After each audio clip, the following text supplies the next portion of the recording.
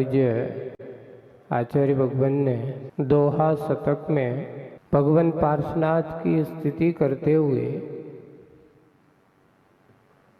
एक पंक्ति को समावेश किया है और अपने अंदर की भावनाओं को अभिव्यक्त किया है। उन्होंने आचार्य श्री ने लिखा है, ना तो सुर सुख चाहता शिव सुख की ना चाह,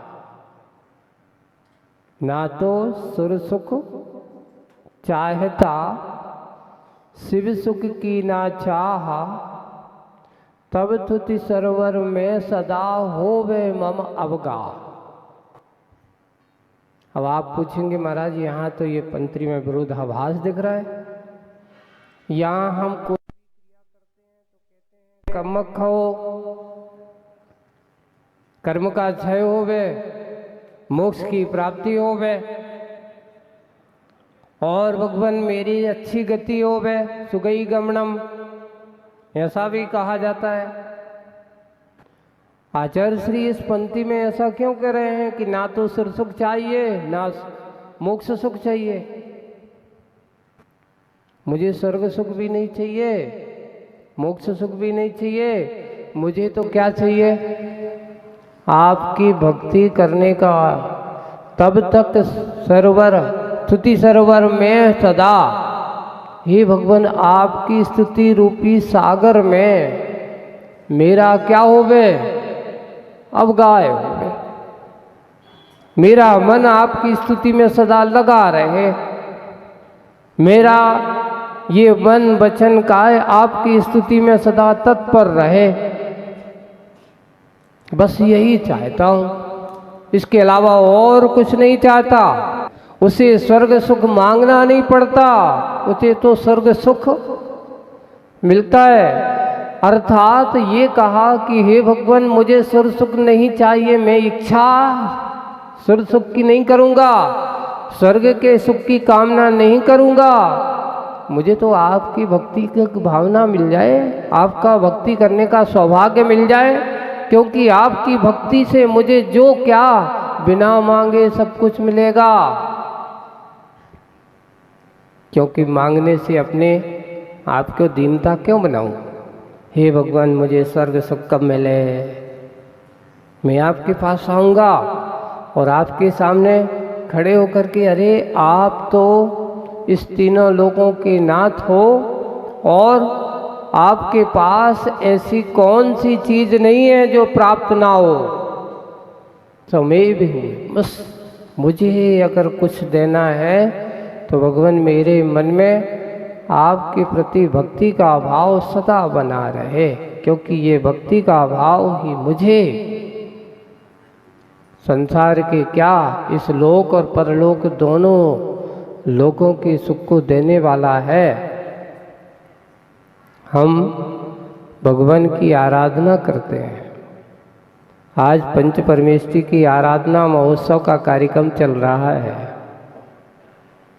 पांचों परमेष्टि के उन गुणों की आराधना का ये दिन है। 524 सर्गों की आराधना का दिन आप लोग कर रहे हो। और ऐसे पंच परमेष्टि जिनके अंदर, जिन्होंने अपने जीवन को एक कुछ प्राप्त कर चुके हैं और कुछ प्राप्त करने के मार्ग पर हैं। कौन सा सुख? अपना आत्मिक सुख, सांसारिक सुख नहीं है। किसी ने पूछा कि भगवान ये बताओ कि पंच परमेष्टि भगवान कौन से सुख की कामना करते हैं। पंच परमेष्टि के पद पर बैठी हुई जीवात्मा कौन से सुख की भावना रखता है? तो उनके यहाँ सांसारिक सुख की भावना नहीं हुआ करती। उनकी तो एक ही मात्र भावना होती है, आत्मिक सुख मेरा ही सुख है, इंद्रिय सुख मेरा सुख नहीं, अतीन्द्रिय सुख मेरा सुख है। अंतर इतना है कि इंद्रिय सुख दिखाई देता है पर अतीन्द्रिय सुख दिखाई नहीं देता। कैसा होता है बताओ? हम आपसे पूछते हैं कि इंद्रिय सुख कैसा होता है। जैसे कि एक व्यंजन है, कोई अच्छी आपकी मनपसंद चीज़ बनी हुई है, आँख से दिख रही है और दिखते ही आपको उसके प्रति आसक्ति, उसके प्रति आपका तृष्णा भाव जागृत हो जाता है। वाह कितना अच्छा है, आज तो मजा आ गया, ऐसा वो सोचा करता है। जैसे ही जो दिख रहा है वो इंद्रिय सुख है, लेकिन जो आत्मिक सुख का अनुभव होता है, जिस समय आप उस चीज को जो आपकी पसंद है उसका स्वाद का अनुभव करते हो, वो जो उसके अंदर स्वाद का अनुभूति है वो इंद्रियों से देखी नहीं जाती, उसका तो अनुभव किया जाता है, वेदन किया जाता है, संवेदन किया जाता है। क्योंकि अतीन्द्रिय सुख दिखता नहीं, संवेदन रूप हुआ करता है। एक बहुत अच्छा उदाहरण है कि शक्कर में मीठापन होता है ना, लेकिन शक्कर के दाने में मीठापन होता है, ये भी सब जानते हैं। दिखता क्या है? मीठापन के दाना। मीठापन देखा? शक्कर का मीठापन आज तक किसी ने नहीं देखा। क्या दिखाई देता है आपको? शक्कर का दाना दिखाई देता है। बंधु यही ध्यान रखना, वो दाना जो दिख रहा है वो इंद्रिय सुख है। तो वो कहते रुको तो पहले खाना दो, स्वाद लेना दो, स्वाद लेने के बाद फिर बाद में जब एक गहरी सांस लेता, बहुत अच्छा है। क्या बोलता है? बहुत अच्छा है, आनंद आ गया। इसलिए जिस समय अनुभूति होती है उस समय कहा नहीं जाता, और जिस समय कहा जाता है उस समय उसकी अनुभूति इंद्रिय सुख से ही होता है। अतीन्द्रिय सुख की कल्पना करिए। भगवान की भक्ति करने वाले को वास्तविक रूप से सच्चे मन से अगर हम भगवान की भक्ति करते हैं, भगवान की आराधना करते हैं, भगवान की उपासना करते हैं, उस समय हमारी दृष्टि मात्र कौन कैसी होना चाहिए? एक आप और एक आपके भगवान। जब हम दोनों एक साथ मिल जाते हैं, आप और आपके भगवान के बीच में तीसरे व्यक्ति को जगह नहीं होना चाहिए। हमारे और हमारे भगवान के बीच में जब कोई तीसरा व्यक्ति खड़ा हो जाता है तो विकल्प का कारण बन जाता है। और जब आप भगवान को बिल्कुल तन्मय होकर के ध्यान की मुद्रा में आंखों से देखते हुए भी उनके गुणों का चिंतन करते हैं, उनके गुणों की आराधना करते हैं, उनके गुणों की उपासना करते हैं, तो ये उपासना ही आपके लिए मुक्ति का मार्ग का रास्ता खोलने वाली। इसलिए भगवान मुझे कुछ नहीं चाहिए, क्या चाहिए? आपकी भक्ति करने का सौभाग्य मिले, आपकी आराधना करने का सौभाग्य मिले। इस भाव में हमें आपका आराधना करने का सौभाग्य मिल गया है, तो अगले भाव का क्या भरोसा है? अगले भाव का भरोसा है? अगले भाव के बारे में आपने सोचा है? पर भव्य जीव कहता है भगवान मुझे भरोसा है, क्योंकि मैंने इस भाव में आपकी अच्छे से भक्ति की है, तो अगला भाव मुझे फिर से ऐसा मिलने वाला है कि मैं जहाँ पर भी रहूँगा आपकी भक्ति को छोड़ने वाला नहीं हूँ। कब तक? कब तक नहीं छोड़ोगे बताओ? बोले जब तक मोक्ष सुख की प्राप्ति न हो जाए, यावन निर्वाण संप्राप्ति, ऐसा लिखा है पूज्यपाद स्वामी। हे भगवान मुझे जब तक निर्वाण सुख की प्राप्ति ना हो जाए तब तक मुझे आपकी आराधना करने का सौभाग्य मिलता रहे, बस और कुछ नहीं चाहिए। संसार के सुख, संसार की मोह माया जोड़ करके जोड़ने वाले, सोचो तुम जिसको जोड़ रहे हो वो छोड़ोगे कि छूटेगी? बताओ। दो प्रकार के आदमी होते हैं संसार में। एक वे व्यक्ति होते हैं जो जोड़ते हैं पर छोड़ते नहीं, जोड़ते हैं पर क्या नहीं करते? छोड़ते नहीं। पर एक वो सम्यक दृष्टि जीव हुआ करते हैं, जोड़ते तो हैं पर जैसे ही मौका आता है तो छोड़ने में देरी नहीं करते। आदिनाथ भगवान का इतिहास उठा करके देखो कि उन्होंने इस राज वैभव को पूरे के पूरे, कहना चाहिए कि पूरा का पूरा राजमार्ग कैसे चलाना है। एक व्यक्ति बने बनाए रास्ते पर चलना आसान होता है ना, और एक व्यक्ति को रास्ता बना करके चलाना बहुत कठिन काम होता है।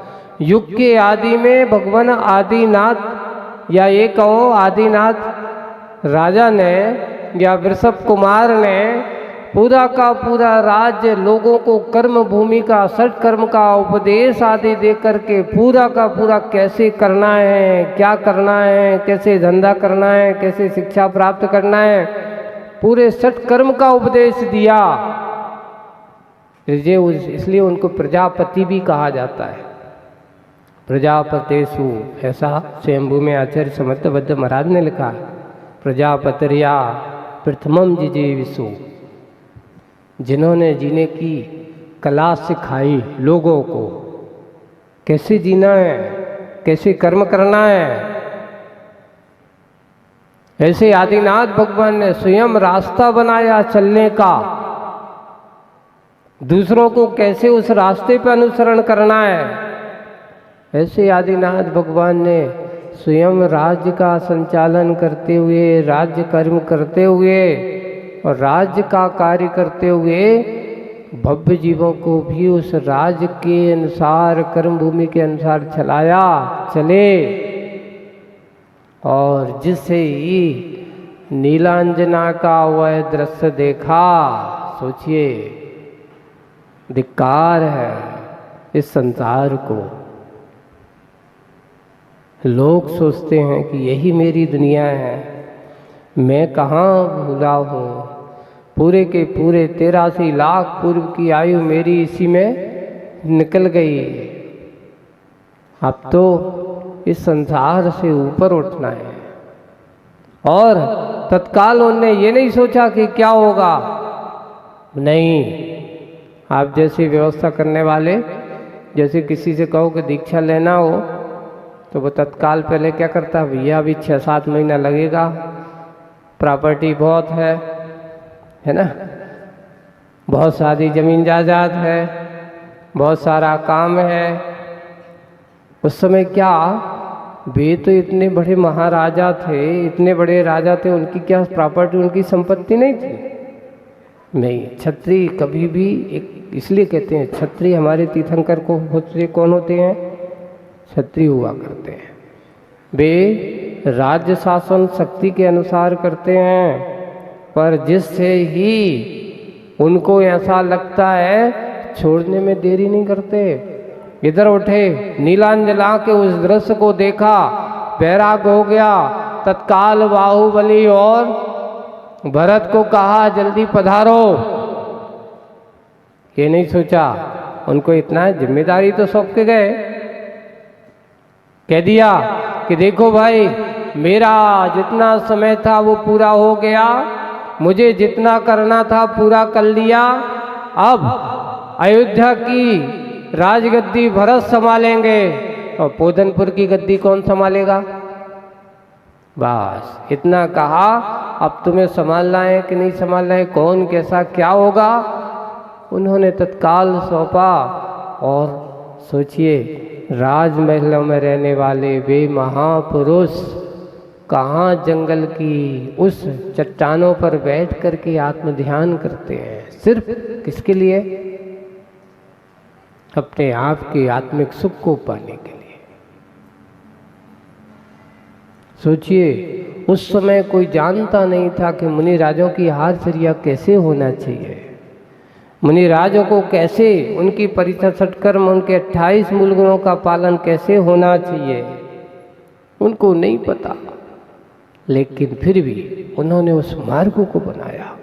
इधर गृहस्थ मार्ग में रहे तो उन्हें राजकर्म सत्कर्म की शिक्षा दी, और दूसरा, जैसे ही मुनि बनते हैं तो श्रवण की चर्या कैसे होती है, श्रवण का मार्ग क्या होता है, श्रवण की चर्या कैसे हुआ करती है, ये बताने कार्य किया किन्होंने? युग के आदि में भगवान आदिनाथ ने। दोनों परंपराएं, श्रावक परंपरा भी और श्रमण परंपरा भी, जिनसे जयवंत हुई है। ऐसे आदिनाथ भगवान की आराधना का, ऐसे उन भगवंतों की आराधना का, उन्हें राग से वैराग का वो दृश्य देख करके चल पड़े। और आप लोग अंजना की तरह ना जाने कैसे कितने लोगों को मरते हुए, बैठे बैठे जाते हुए, चलते चलते जाते हुए लोगों को देखा होगा, पर कभी आदिनाथ जैसा वैराग्य बिल्ले किसी को नहीं हुआ। और अपने तीर्थंकरों को देखो, एक तीर्थंकर भगवंतों को अपने बाल सफेद दिखाई दिए।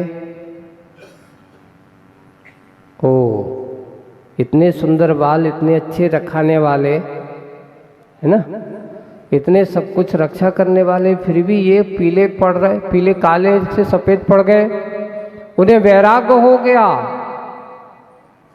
और आज आप लोगों को जितने जितने का बाल सफेद होते जाते हैं, उतना उतना और क्या बढ़ता चला जाता है? राग के वैराग क्या बढ़ता है बताओ? जहां वैराग्य बढ़ना चाहिए वहां राग बढ़ रहा है। लिखा है कि जो व्यक्ति जैसे जैसे इंद्रियां शिथिल होती हो, इंद्रियों के प्रति आपको संकेत मिलने लगते हैं कि देख अब तेरा समय आ गया है, अब तेरा बढ़ने वाला समय नहीं, घटने वाला समय आ गया है, समझ जा, सावधान हो जा। ये अपने शारीरिक संकेत हुआ करते हैं। सबसे पहले लोगों के बाल सफ़ेद होने लगते हैं कि भैया पहला संकेत नहीं, फिर बाद में आता है धीरे धीरे धीरे धीरे, फिर क्या कर देते हैं, हाँ, दांतों को हिलना चालू हो जाता है, भैया बहुत खा लिया, अब थोड़ा सा सीमा बनाओ। तो दांत हिलना चालू होते हैं, एक एक करके आप लोग उनको भी निकलवा देंगे, लेकिन निकलवाने के बाद क्या कर देते हैं? अब तो और अच्छी व्यवस्था हो गई, पहले तो इतनी व्यवस्था नहीं होगी है ना। अब तो व्यवस्था है, एक लगे अगर तो अगर दूसरा भी गड़बड़ दिख रहा तो उसको भी निकलवा करके उसकी जगह अच्छा कर देते हैं, बड़ी सुंदर बना देते हैं। यानी संकेतों को समझने कर का अवसर लोगों को मिलता है। यही सौभाग्य मेरे अंदर के दुर्भाग्य को दूर करेगा, मेरा सौभाग्य जगाएगा, सबका सौभाग्य ऐसा जगे। इसी भावना से बोलिए परम पूज्य आचार्य गुरुवर श्री विद्यासागर जी महाराज की।